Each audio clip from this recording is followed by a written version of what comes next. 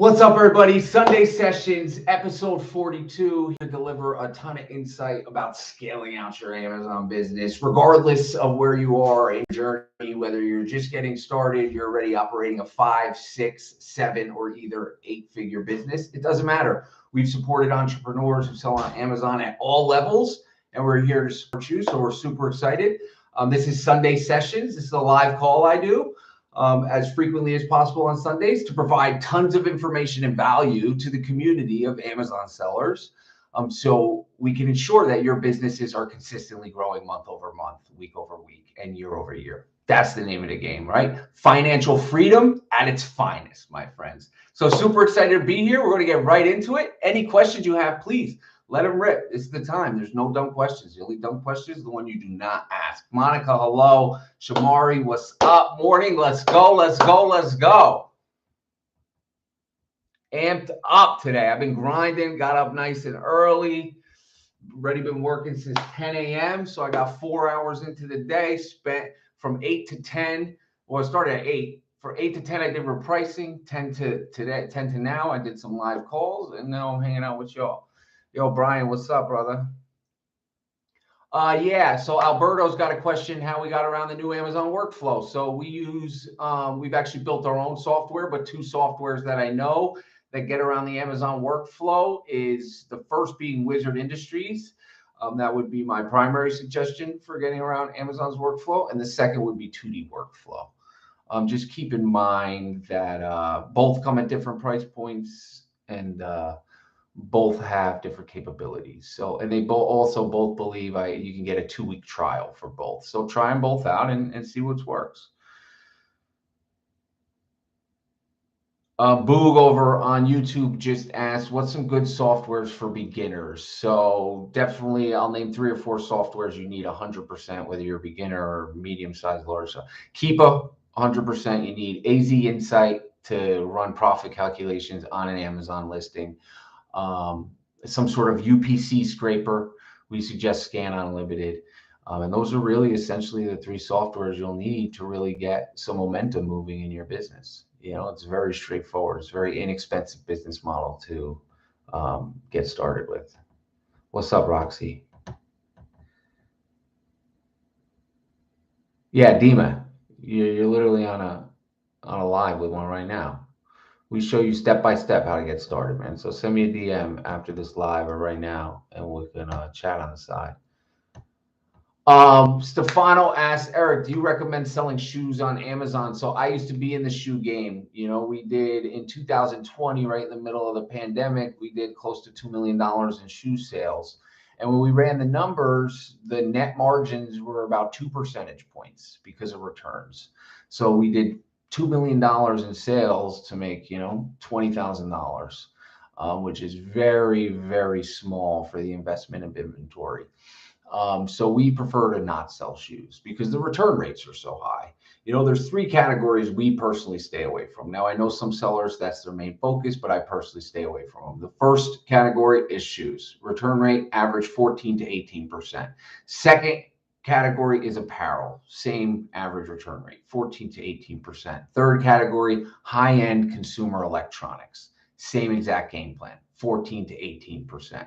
What we sell and we focus on selling is consumable products that people reorder and reuse, especially grocery items, because the return rate is very low. Our company operates at a 2% return rate. MM asked, when sourcing catalogs, do you mix a manual of brand searches on Amazon along with UPC scraping with Scan Unlimited? Absolutely, we do. So there's 4 main steps to product research that we use in our process. The first is using a UPC scraper and placing a reorder, right? So uploading the catalog to the UPC scraper so you have all the UPCs and the ASIN connections and the pricing, and then going through your current inventory and reordering products that you already have data in. This will give you a solid foundation of your order, right? So let's say in the reorder, you're able to add 10 products and put together a $5,000 order, right? What this allows you to do, if you needed to get that inventory in immediately, you could submit that order and get that order shipped to you, right? So adding a reorder is step number 1. Step number 2, we take that Excel catalog and we sort it in our UPC scraper by highest profit first, right? Obviously, with our BSR requirements, for us, it's usually less than 200K, greater than 1. But we set our profit sort by highest profit sort first. So first we added all the restocks, and now we're going to add all the highest profiting items first. Now, normally the highest profiting items will be selling the least amount of volume a month. The closer you get to lower margins, the more items will sell on a monthly basis. So a healthy mix of high BSR, high profit, and low BSR, low profit is really going to allow you to scale out your Amazon business operation, right? Step number 3 would be doing some freestyling in the catalog, right? Because some UPCs are going to have different connections. Some pack sizes might not come up correct.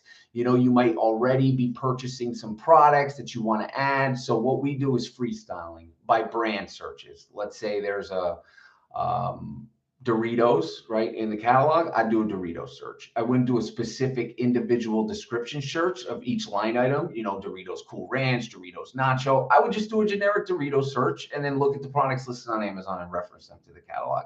And now the 4th step is going back through your final order, right, reviewing it to make any final changes and looking for additional pack sizes you could be selling.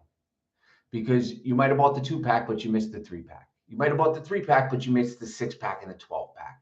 So you're going to add additional SKUs or additional ASINs for SKUs and item numbers you're already purchasing, which will allow you to double down on increasing the size of the order. And that's how we do reorders. And we rinse, wash, and repeat every single day of the week. I have 10K. Oh, best for price or for beginners. So I usually say if you're just starting off, be cool. And then usually between, I'd say $5,000 to $25,000 a month, we suggest go Aura. And then anything really over greater than $20,000, $25,000 a month, we suggest Seller Snap. I have 10K. What do you recommend to start wholesale business or OA in order to grow capital for further stepping to wholesale? You can actually do both. So I would probably split it up 60-40. I would take 6,000 of that. I would dump it into 2 or 3 wholesale orders. I would take the other 4,000 of that to build up capital. So while you're waiting for those wholesale orders to come in, you still have cash to raise funds for your business and continue operating your systems. Who do you have to contact for your trophy? So it looks like Carson achieved an award in EsellersRI. What award have you achieved, Carson? First of all, congratulations.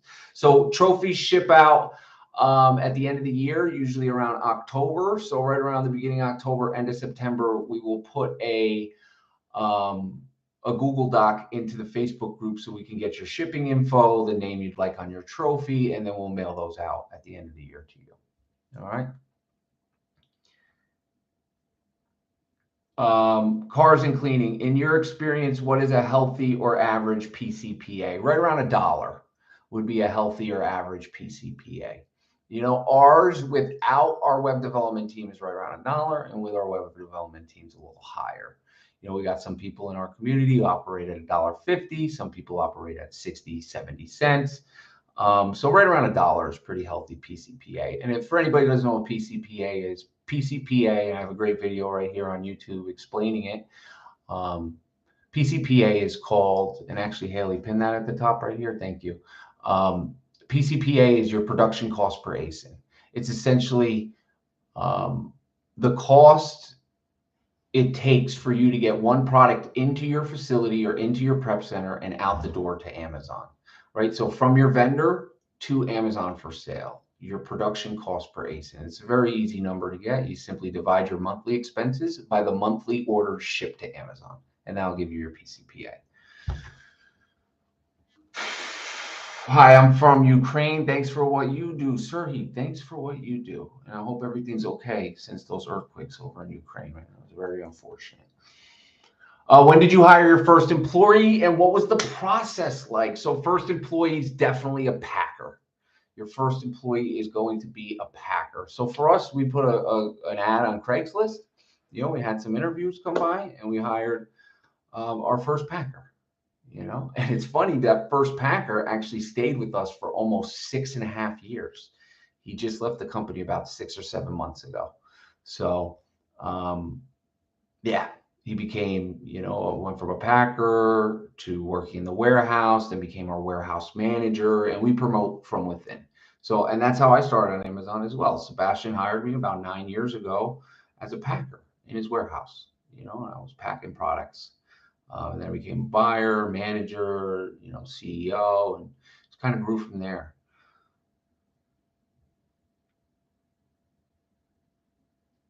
But definitely a packer.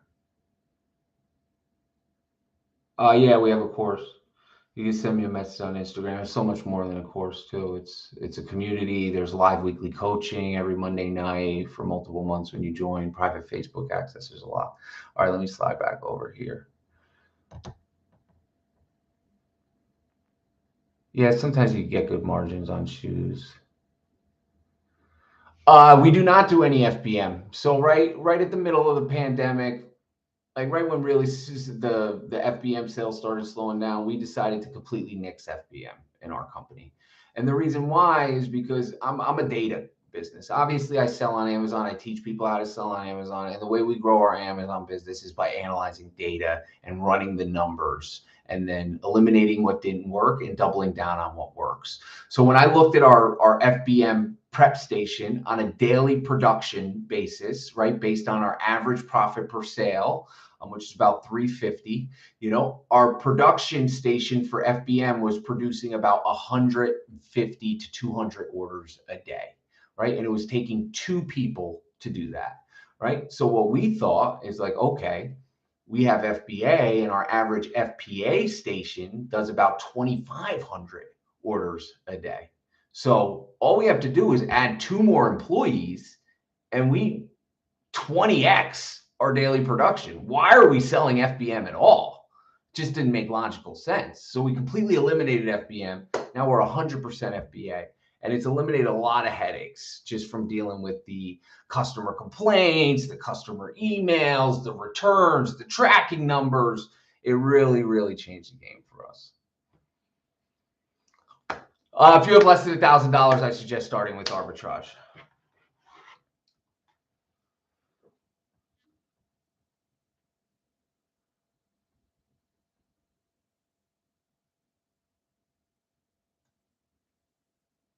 I'm from outside of the U.S. Is Florida a good state to form an LLC in, or does your course include instructions on forming entities, bank accounts, and etc.? Yeah, absolutely. Our program, we show you how to register your LLC. We discuss what states we recommend. And honestly, if you're out of the country, I would suggest opening your LLC in like Wyoming or Delaware, a tax-free state. It just makes more logical sense.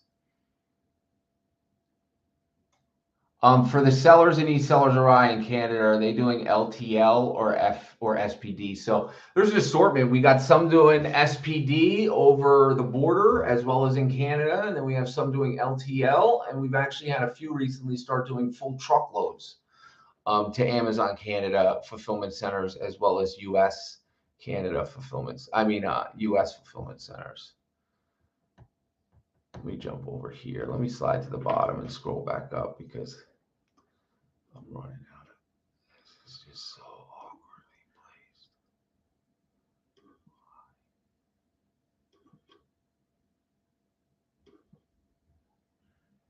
Wow, hella question.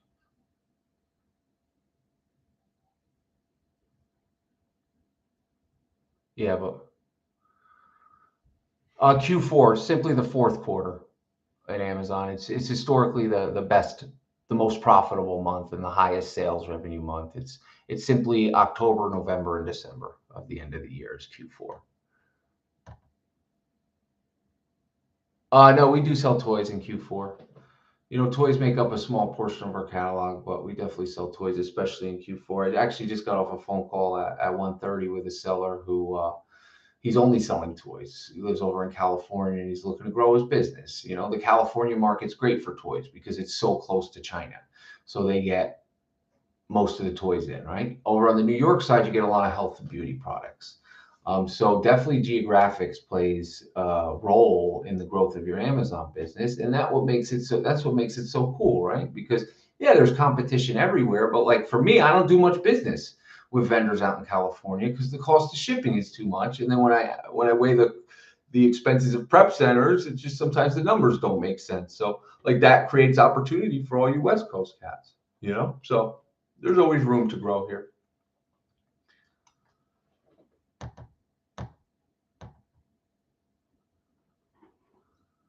How do you find grocery distributors? Google, man. Google keywords. Google's your friend.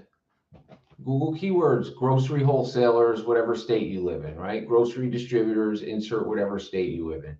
Grocery distributors, insert whatever portion of the country you live in. And then you want to start locally and branch out from there. Start locally, then go regional, then go national. What does my day look like as an e-commerce business owner now? So it absolutely looks completely different than it used to look. I still work a lot, but now I have more freedom and time freedom to enjoy the things that I like to enjoy. So realistically, I probably spend about 20, 25 hours a week on my actual Amazon business. The rest of the time I spend helping other people like yourself grow your Amazon businesses, right? So I'm still very involved in the day-to-day. I go to the office 4 days a week. I really thrive at the office. I like to be surrounded by people. I like the motivation of being able to go in the warehouse, see the products get received. It just keeps me super, super motivated and intrigued.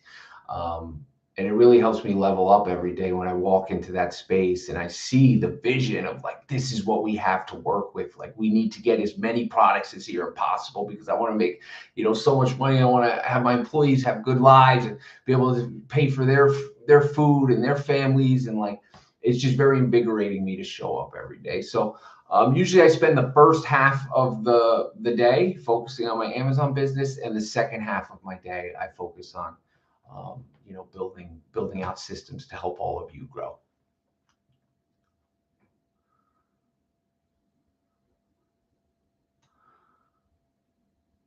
How did you deal with authenticity complaints in the past for products you purchased from Costco with a POS receipt? Yeah, so the receipts are going to be tough, but what I found works well is an invoice from their online website. It's easier. I find that a website invoice from an online purchase from Costco works better than a digital or a physical receipt.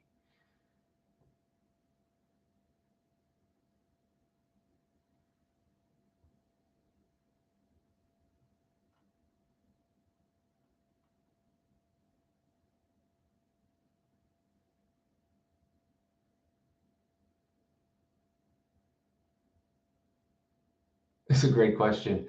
From Morality Impulse, he said, "Hello, Eric. How old were you when you got into the game? I'm 28 and feel like I'm way behind compared to some of these young guys in the seller space. I got into Amazon when I was about 27 years old, 28 years old. So I was your age, right? And at the time, I had absolutely nothing going for me. I had $0 in my bank account. My bank account was negative. At the time, I was banking with, not Wells Fargo. What's that other fucking bank? Commerce or whatever, Commerce Bank. And my account was negative. I was overdrafted, sleeping on friends' couches. I had absolutely nothing going for myself. I had zero hope. And I started selling on Amazon. It absolutely changed my life. And now here we are, 7, 8 years later, 9 years later, and I wouldn't have done it any other way, I'll tell you that. If you were starting again with 20K, would you go straight to wholesale or OA? Straight to wholesale, 20K, that's a substantial amount of money. Yeah. And listen, so I see some questions, IP complaints, so listen, Sebastian, he's the account health wizard. I don't do anything really with account health. I know the fundamentals, but it's not my job at my company. So I'm not going to elaborate on something unless I can give you the exact answer you're looking for. So if I skipped your question about an IP complaint, it's because I'm not going to bullshit my way around it. It's because honestly, I don't have the answer for you. And I have no problem telling you I don't have the answer, right? Because I'm a human. I'm fallible and I'm not all knowing, and that's perfectly okay. And I'd rather tell you that I don't have the answer than try to bullshit around it, right? So for our business, Sebastian has been managing our account health. We have some assistants who help him manage it as well. And so whenever there's account health issues, I forward them to our team and they take care of them.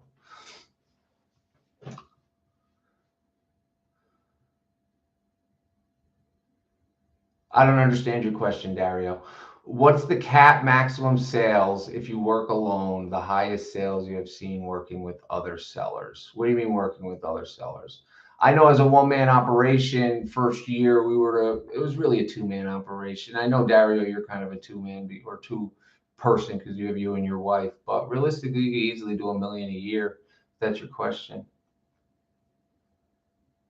No, you do not need to set up an account directly with a brand. So Sarah asked, is it okay to work with distributors or we need to set up an account directly with a brand if they allow, and what's the difference between them? So typically when you open an account with a wholesaler or distributor, they'll send you, and because they'll know you're an e-commerce seller, right? And selling on Amazon, because the conversation is going to come up. They're going to ask you where you sell your products, right? So usually what they'll do is they'll send you a list of products with brands that you're allowed to sell on Amazon, right? They'll remove the e-commerce non-friendly brands, right? So it's going to make your life very easy. Now, when you're working with brands, it's a little more complicated, right? Because the brands are usually looking for established businesses to help them scale out their brand sales on Amazon.com. And if you're fairly new to the game and you don't really have that experience, you're not going to really know how to navigate the brand relationship, brand registry, PPC campaigns, listing optimization, SEO optimization, and really scaling out that side of the business, proper forecasting, right? Managing repricing, dealing with customer inquiries and complaints. Like these are all things you need to get a handle on before you can go brand direct. So really the biggest difference is brand direct is more for an experienced seller who's trying to scale out their operations by helping grow other brands, and wholesalers and distributors are just a quick way to get into the game. So I always suggest partnering with wholesalers and distributors first because they're going to be much easier to get products from. And then obviously use the Keep a Chart to make sure there's no IP complaints on the listing. You know, you're looking for sharp drops on that third offer count chart, and you're analyzing that data to make sure that there's no potential issues with that listing before purchasing it. What do you think about OA? Listen, OA is how I got into the game. You know, Sebastian and I and Ted, we'd go to Costco, Sam's Club, BJ's multiple times a day and spend thousands and thousands, turned into tens of thousands, sometimes even hundreds of thousands of dollars a week buying. Oh, you said OA. I don't do any OA. I was talking RA. We did hella RA. I don't do any OA. Never done it. You can ask him. Sonny said, how do you know which wholesalers Amazon accepts or not? You can just simply ask him, hey, has anybody ever used your invoice for approval? It's a very common question.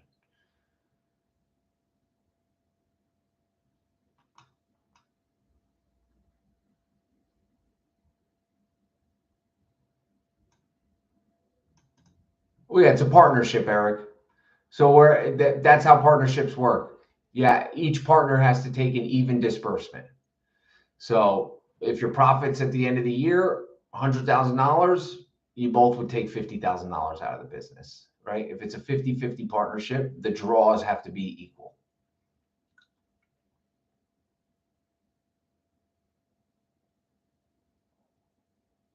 J Dub said, hey, Eric, how important is feedback count in affecting the buy box? It's pretty important. It's not the only factor that plays a role. I'll cover some of the other factors, but it plays a substantial role, especially if the seller that you're talking about that has 200,000 reviews has more consistency on those listings than you have. They will dominate the listing.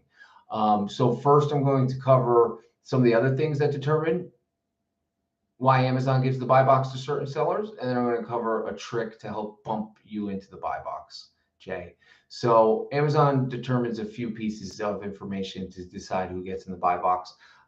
Fulfillment method, FBA versus FBM, price point, seller feedback, seller rating, history on the listing, inventory in stock, location that the customer is purchasing from, compared to the location that your inventory is in fulfillment centers, right? And then there's maybe one or two more I'm missing in there. So Amazon analyzes all of that information to make an educated decision who is going to be in the buy box for that specific point of day. Now, Jay, you're having trouble getting into the buy box. So let me give you some tips on how to bump yourself into the buy box. First tip would be a coupon. Repricers do not detect coupons. So if you and the other seller are both selling the product at $20, the minimum coupon you could put is a 5% coupon. So your product would be listed at $19. But their repricer will not detect that you have a 5% coupon. So their price will still be at 20 and your price would be at 19 because you have the option where the customer can add a 5% coupon. Now, why does this make sense?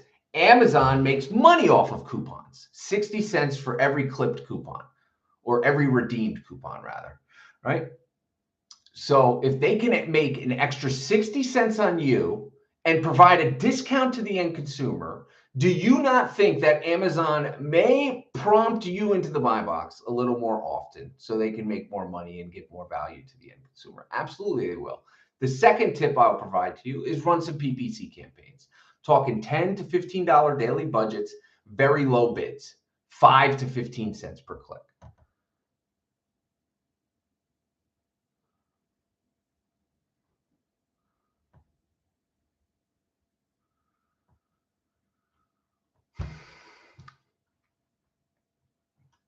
We built our own repricer. Will your business offer distribution services? So for many years, we did offer distribution services. We've since closed them only because we're in the process of moving to a new space. And we are looking to open it in the next couple months. And when we do open it, it will only be available to our inner circle members.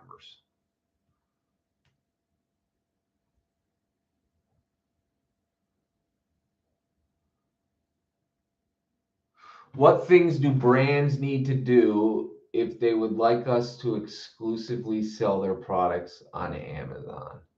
So step one would be brand registry. It's very simple to do brand registry. You simply need a trademark from the brand. You submit the trademark to brand registry. Brand registry sends that email to the lawyer who trademarked the company. The lawyer who trademarked the company sends a code to the brand. The brand shares a code with you. You are now effectively enrolled in brand registry, which allows you to control the listing, add videos, update the images, be more consistent with the listing data, as well as run advanced advertising and have more capabilities to remove sellers who are potentially navigate or either selling inauthentic products or copyright or infringing on any copyrights by creating new listings for that brand that aren't connected to brand registry.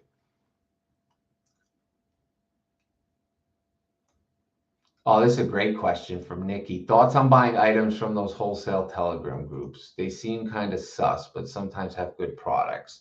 Yeah, so I don't really fuck with the wholesale Telegram groups only because it's too fast paced. It's like if you don't jump on, you literally need to be sitting at your cell phone because they'll send an offer out to whatever 100 people in the group and it's like I got 100 units of this and it's $10.99. It's a take all and like you miss it and then boom. By the time you research it, send the message, they're like, it's already gone. So you spend a lot of time communicating and not really moving the needle. Something else to consider is before you ever place an order with either a broker or one of these Telegram or WhatsApp distributors, you got to know how much inventory they have in stock, right? Because yeah, it might be a great deal, but if they have 50,000 units and the Amazon listing's only selling 3,000 units a month, they essentially have, a year's worth of inventory. Over a year's worth of inventory. So they're going to sell it to you. They're going to sell it to 6 other Amazon sellers and then 6 more Amazon sellers. And in 3 or 4 weeks, the listing price is going to tank because the supply is too excessive for the demand. And when supply is too high and demand is low, there has to be an adjustment in the pricing to increase the demand to remove and deplenish some of the supply. It's basic economics.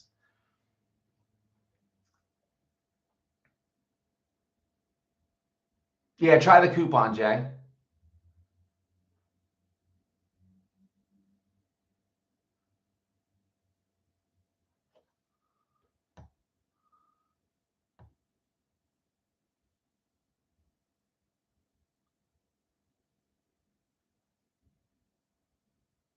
No, virtual address would not work if your distributor is looking for a brick and mortar or warehouse address because they're going to Google it. They're going to Google it. But for a warehouse, you could use a UPS box store because it's not technically a PO box; it's a business address. And I know people like Jay Biz in our community and a bunch of other people, they've got multiple pallets shipped to UPS boxes by just having a simple conversation with the manager, letting them know, hey, once or twice a week, I'm going to get a 2 or 3 pallet shipment here, and I'll come. You just call me immediately when it shows up, or I'll get the notification from the vendor, and I'll come pick it up same day. So it's out of your hair. All you got to do is receive it and keep it here for a little bit. Something else you could do if you don't have a warehouse is you could partner with local companies.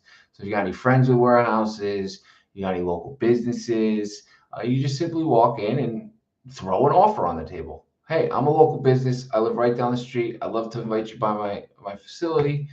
Check out our offices. Unfortunately, right now I don't have a warehouse space. I was wondering if I potentially ship some products to your warehouse. I'll give you X amount of dollars per shipment or per pallet received.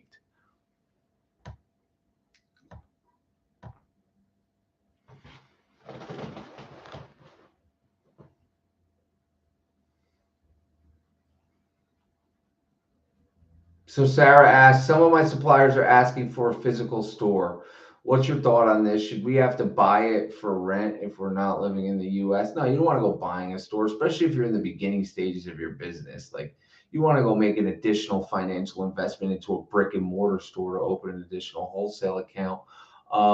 So usually what we like to do with those companies that require brick and mortar is we try to pitch to them, that we are looking to spend a fair chunk of money with them, right? And we are in the business of building lifelong relationships with the brands and the wholesalers that we partner with, right? So this isn't a one-off, one and done relationship. Like I would ask them to consider looking over the fact that I do not have a storefront and give us a try. Give me 6 months to prove myself.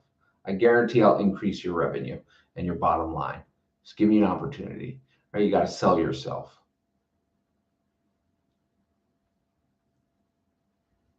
Most distributors will not give brand authorization letters for ungating.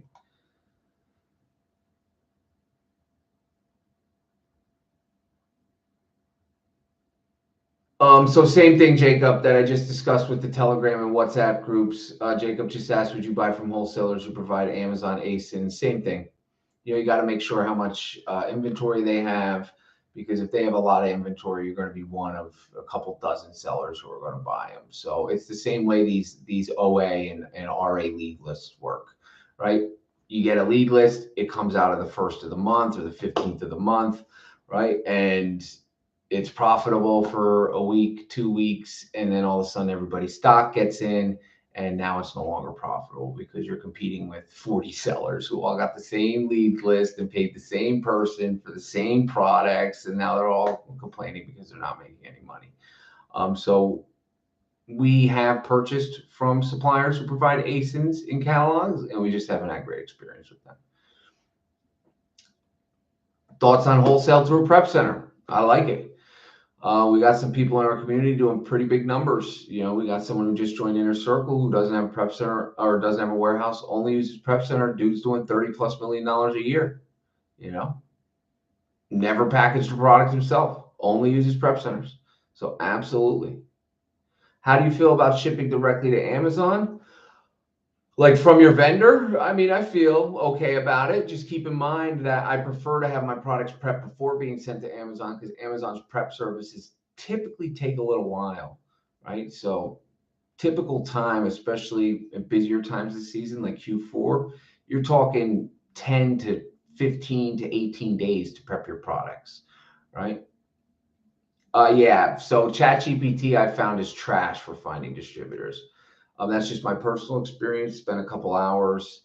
I'm really leveraging ChatGPT for a lot of my Amazon business. I mostly use it for email creation as well as responses to customer complaints and any inquiries about products.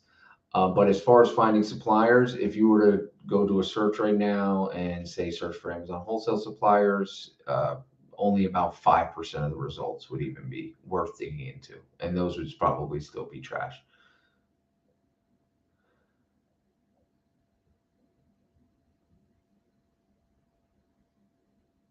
How do we move unsellable returns?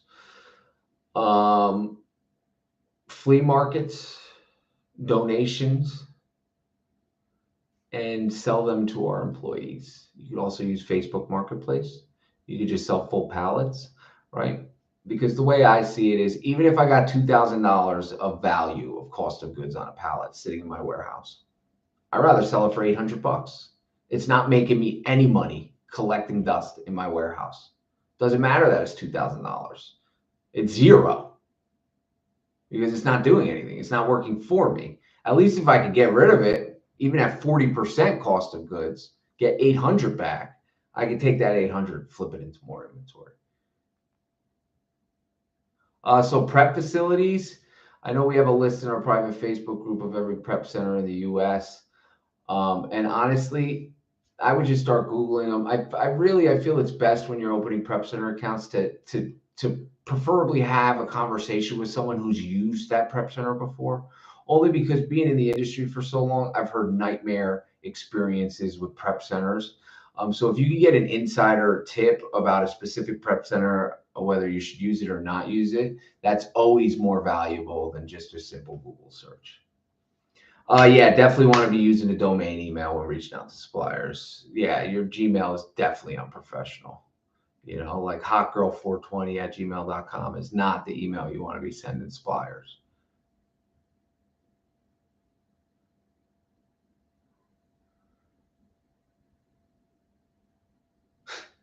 These questions always get me. So I'm going to read it and I'll answer it, but they confuse me. They really do. But I'll answer it with systems. What's the biggest tip to get from 150K to 500K revenue? Obviously, the biggest tip is join any of our programs, EsellersRI, Inner Circle. They're all substantial to get you there. And the second tip is all about your infrastructure. You know, the difference between operating $1 million a month business and $1 million a year business and a $6 million a year business is all about your systems and your infrastructure. Cutting costs on prep, being more efficient with your buying, ensuring that you're meeting your minimum profit requirements, understanding your production cost per ASIN. The difference between $1 million a year business and a $6 million a year business is all aggregation of data and understanding your numbers and your systems, and building out infrastructure and hiring teams to take over the day-to-day so you can free up your time and concentrate on the things that are going to grow the business instead of working on the day-to-day in the business.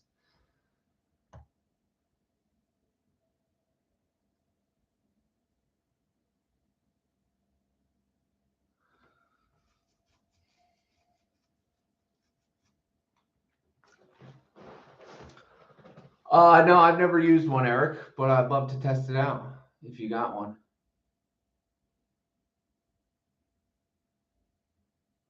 You should be at 75 cents to $1.50, Nikki, for prep costs. Probably actually lower if you're doing 5,000 units a month. You could probably even get that negotiated lower. It depends on the pack sizes and the prep requirements of your products, though. If you're selling a lot of one packs, you could definitely get that, 40 to 60 cents, no problem. But if you got a lot of prep, bubble wrap, poly bagging, taping, then your fees are going to be substantially higher. No, I do not take Adderall. I've actually been sober for many, many, many years. Tobias, what's up? Thank you for the value you create for the community. So glad I joined EsellersRI. I can recommend it to everyone who wants to take the next step with FBA. Stay lit. Also, Tobias, appreciate you, man.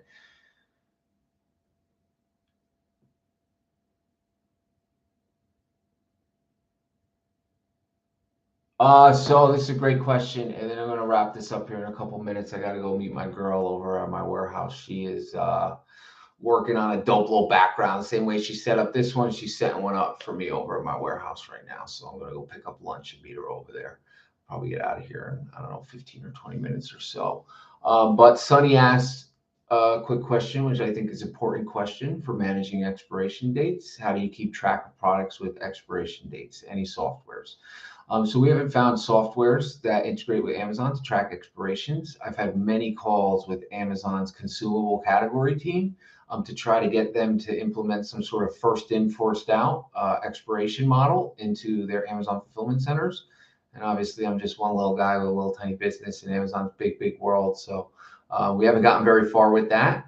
But so what we do is we have a Google Sheet. And what it does is when we put in a shipment, it pulls that data to the Google Sheet, and it pulls the BOL number, right, which is your bill of lading, the BOL number, essentially the name that you call your shipment, right? It has that. It has the merchant SKU. It has the quantity that was shipped, and then it has the expiration date, right? So let's say after 30 days, you have this Google Sheet, and now it has 1,000 products in it because over the course of 30 days, you sent 1,000 different SKUs to Amazon, and they have all their different expirations. You'd simply sort by expiration, soonest to latest, right? So you'll have the soonest expiring products first in that sheet, and then simply you go through that sheet. Zach, what's up, brother? I was just talking about you, man. I seen you fucking crushing it over there. See, you guys are top 100 sellers right now, which is super exciting.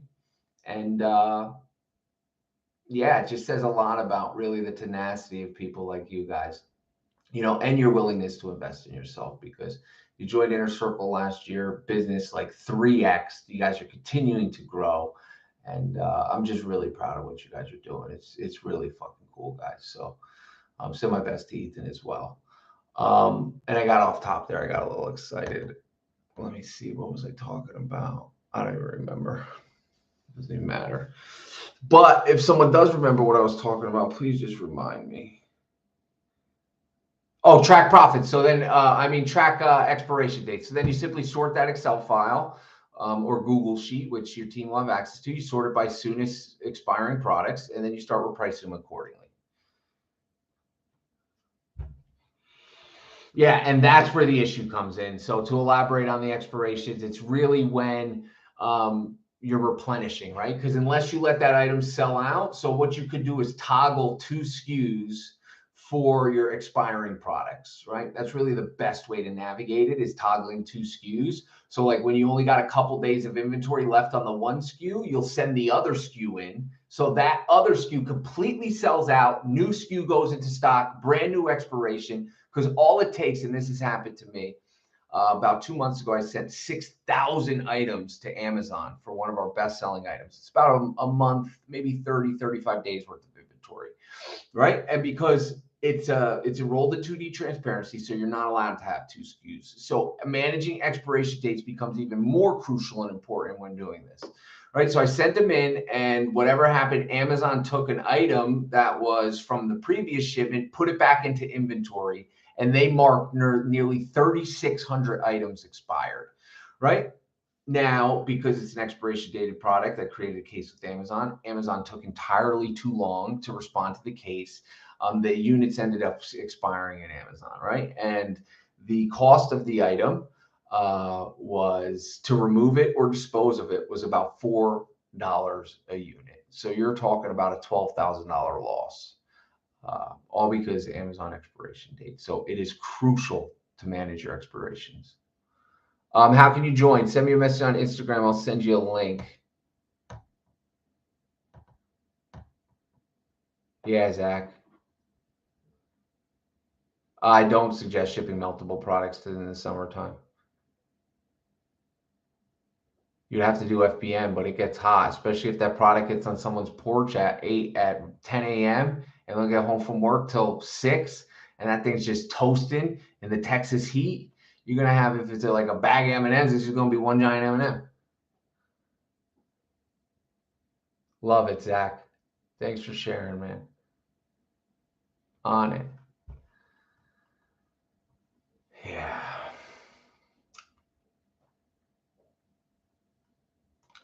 So we use HubSpot, but HubSpot's dumb expensive. I'm talking, we're probably paying $40,000 a year for HubSpot for our CRM. I recommend definitely less expensive ones like Asana is good, Trello. These are all potential CRMs you could use.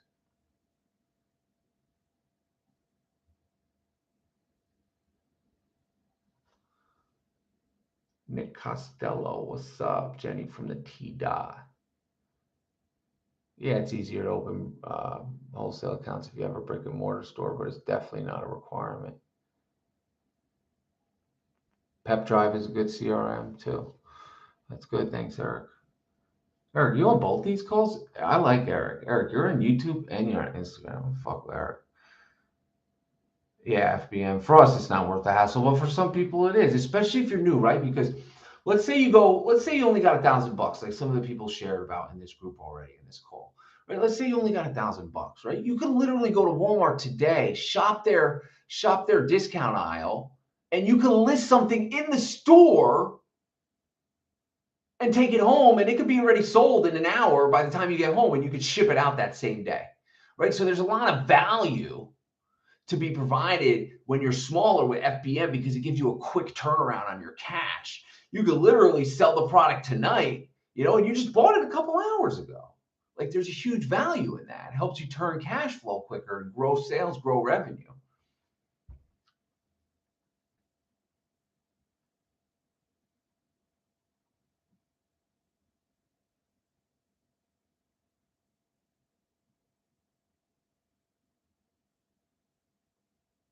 Well, when we have a limited budget, do we buy those products that we are already selling, or do we buy new products from new suppliers from which we just received permission, building new relationships? So I do not have a direct answer for this because unfortunately it's both, right? You in order to drive revenue for your current operation, you need to continue to reorder the products that are selling. And in order to scale revenue for future growth, you need to continue to harvest new relationships. So it's a double-sided sword. You can't do one without the other, right? Because if you're just focusing on replenishing items, your business is going to begin to grow a little and then it will stagnate, right? It will stay stagnant. So you can't do that, right? You got to be doing both. You got to continue to replenish to drive sales and continue to open new accounts to drive future growth for your business.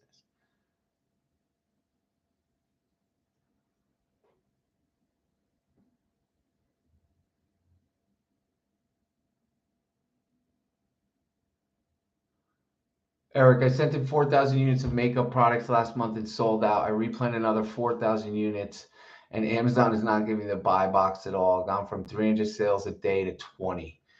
So Charlie, what I would imagine is there was probably something that happened to the ranking of that product. So the first thing you want to do is pop into that listing and make sure that either the main category or the subcategory did not change. You'll be able to see that change in Keepa. Usually a substantial drop from 300 sales a day to 20 sales a day is a direct indication of a category change or some sort of pertinent information, whether it be bullet points, images, or title was changed. So the first thing you're going to want to do is go to those previous orders, analyze. If you go to your orders tab, you'll be able to see the original listing title for those past orders. First, analyze the listing title, make sure nothing changed, check the category, make sure nothing changed. If any of those things have changed, go into the listing and attempt to fix them, right? Now, you need to look for other reasons. If that's not the reason why you think the BSR has gone up so high, you need to look for other reasons why the BSR has gone up so high. So first step would be, for the second stage of this process, is typing the UPC in Google, right? Potentially Amazon has suppressed the buy box because there's another online marketplace selling the same product for less than it's listed on Amazon. So what Amazon will do in that case is suppress the buy box. So you cannot sell as much as you used to. And the third thing to do would be to click on the edit listing tab in Seller Central and see if there's any pertinent data missing in the listing, because that's another reason why Amazon may suppress the buy box. Sometimes it's missing pack size, sometimes it's missing ingredients, sometimes it's missing nutritional facts, and whatever's missing will be circled in red in a red box on your edit listing tab, and you can instantly update it. All right, and then you figure, so you got about 10 months of inventory, and that's assuming you're getting all 20 sales a day, which you're probably not. So you got over a year's worth of inventory.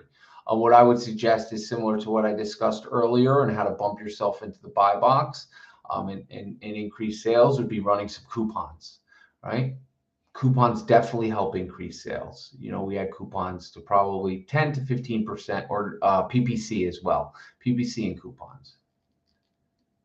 Because you need to get customers back to the page. And the only way to get customers back to the page, because it sounds like they're diminishing, is to drive traffic to that listing. Yeah, that's a great question, Leon. Charlie, is Amazon on the listing? I'm starting. How can I know what brands I have to ungate? So it's very simple. You'd create what's called a test SKU. You'd simply go to add a product in Seller Central. You'd add that ASIN to your inventory. And when you follow the prompts, before you're able to complete this step, it will let you know if you need to submit any invoicing for ungating or approval for that specific category. So before you ever buy anything to sell on Amazon, we always suggest creating a test listing to make sure you're approved. Because what I see people do is they'll scan something at, let's say, Costco or BJ's. It will say they're not approved and they won't purchase it. When really all they had to do was click approve to sell and they get an auto ungate. Right? So there's a lot of missed opportunities through that.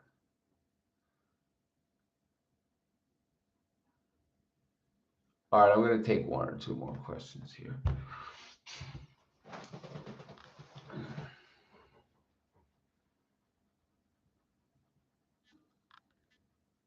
Yeah, David. So for improving IPI, I would say your sell-through. You definitely want to make sure you have a healthy. You want to make sure you have a healthy sell-through rate, and also you want to make sure your account health is on point, right? Because account health plays a super important role. So typically, our guidelines for account health are 48 hours. If there's an account health issue, well, really 24, 48 the max. If there's an account health issue, we prefer to have it addressed within 24 hours immediately. Amazon loves that shit, right? And let me just pull up here.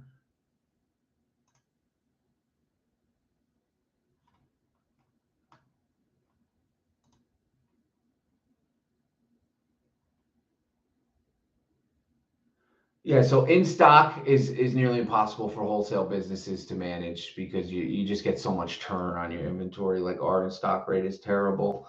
And then stranded inventory. You want to make sure you're managing your stranded inventory. Any stranded inventory that's been in there for multiple months, just pull it back, right? If you haven't found a solution for it and you can't get the listing fixed to where it's unstranded, it's clogging up your IPI.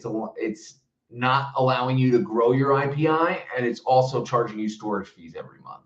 So just dump it, right? Dispose of it, pull it back to your warehouse, send it out as a different pack size. You got to get rid of it and then improve your sell-through, right? A very healthy Amazon wholesale sell-through is about 30 days, which is about 12 turns a year. And a great place to see your sell-through is simply going to inventory planning, and then in the top right, it says it has your sell-through. And right now, ours is not where I'd like it to be. So I'm actually going to be bringing this up to my team on Monday because it dropped about 12 days in the past 2 weeks. So we're at like 8 turns instead of our normal 10.5. That's something I'm going to bring up on our Monday meeting. Let me actually send myself a note real quick.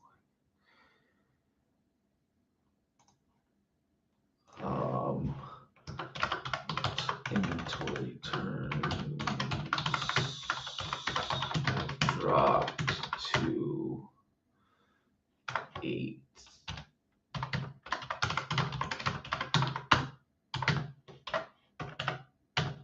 All right, that will be fixed in a couple of days. Not a problem.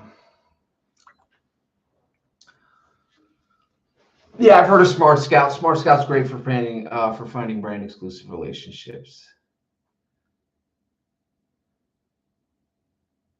Yes, that's a great way around navigating brand relationships is simply calling the brand, and instead of trying to open a direct account with the brand, ask them who their wholesalers and distributors are. 100%. We like to go about that method at trade shows too. Yes. So do you have any research as people are looking for new potential brands or products?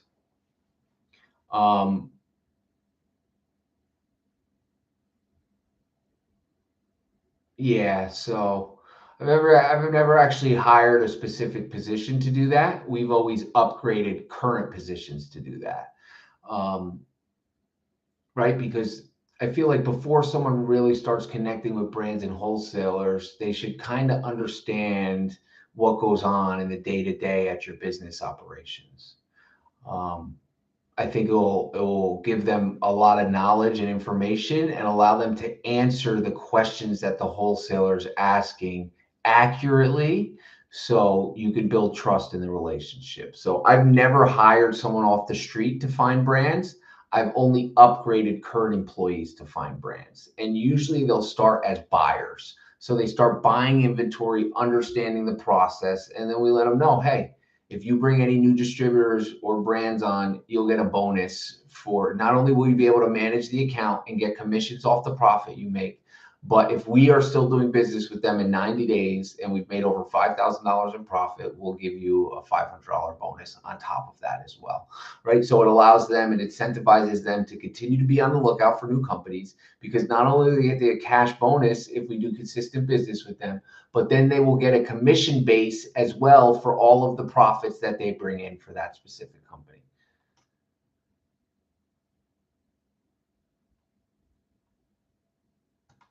And yeah, I apologize. I saw this question a lot and now I'm going to finally address it. How do you add private label to your wholesale business? It's very simple. You find a, well, let me say this before I go into this.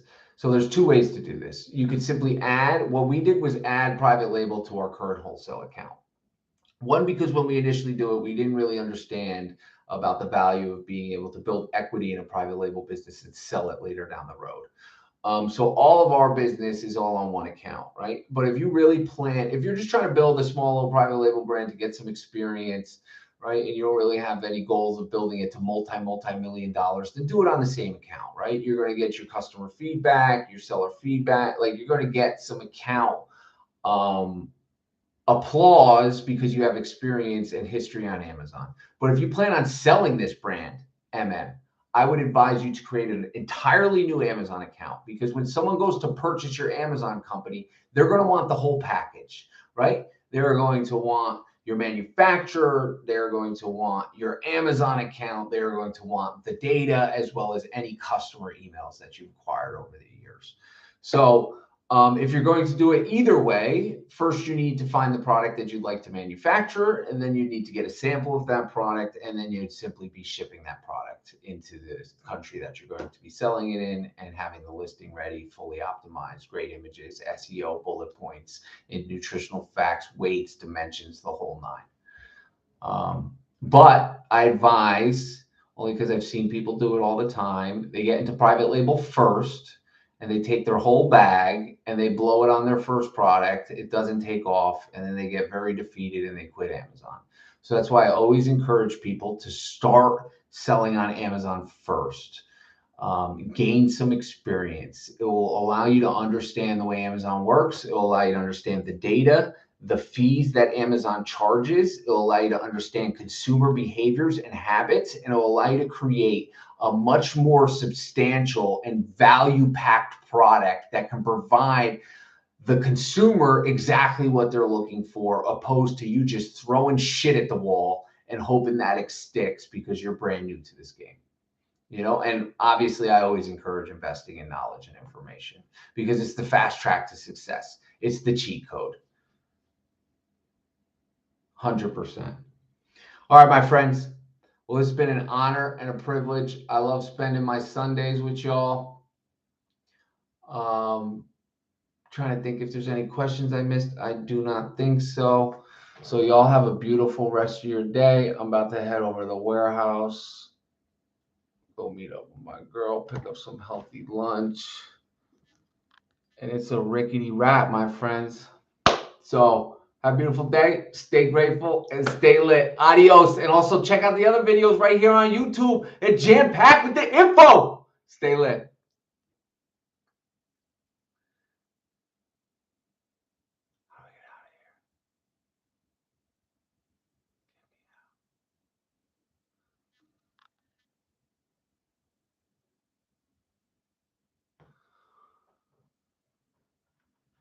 and